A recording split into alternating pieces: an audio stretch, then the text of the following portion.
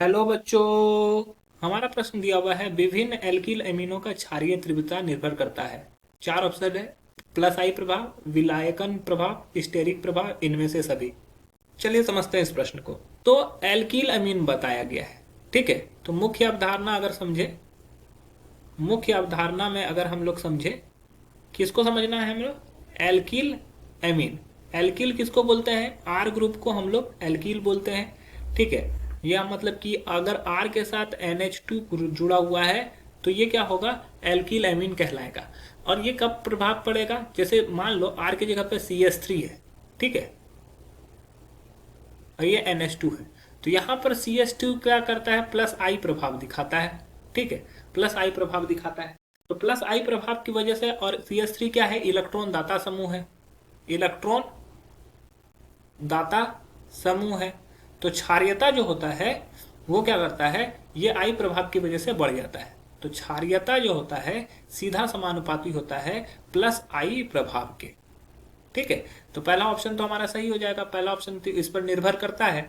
दूसरा, अगर हम लोग विलायकन प्रभाव देखें तो विलायकन प्रभाव, यहां पर भी क्षारीयता डिपेंड करता है। जैसे 1 डिग्री अमीन, 2 डिग्री अमीन तथा 3 डिग्री अमीन, इस तीनों को क्या कर देते हैं? जल में घुलाते हैं, ठीक है। जल में क्या करते हैं? घुलाते हैं। तो जल में घुलाने के फलस्वरूप क्या होता है कि जो 1 डिग्री अमीन और 2 डिग्री अमीन जो होता है, 1 डिग्री अमीन और 2 डिग्री अमीन का जो विलेयता होता है वो इस तरह से होता है, ठीक है। क्योंकि 1 डिग्री अमीन को आसानी से घुल जाएगा, 2 डिग्री अमीन थोड़ा और भी कम होगा, और 3 डिग्री अमीन और भी कम घुलेगा। और विलेयता इसके क्षारीयता का सीधा समानुपाती होता है, ठीक है।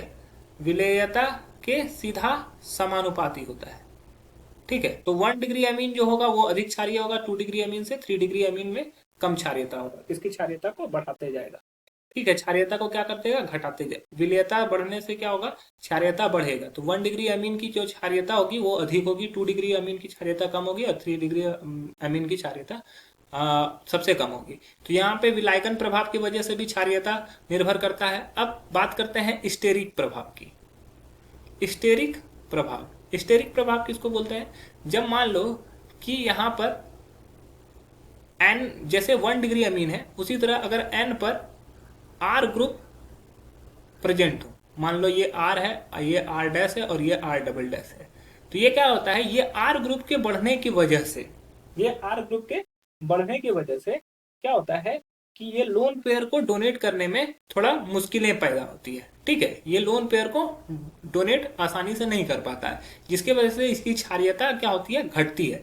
तो यहाँ जो क्षारीयता होगा स्टेरिक इफेक्ट के व्युत्क्रमानुपाती होगा, ठीक है। स्टेरिक प्रभाव के व्युत्क्रमानुपाती होगा। जितना इलेक्ट्रॉन डोनेट करने में दिक्कत होगा उतना ही कम क्षारीयता होगा, ठीक है।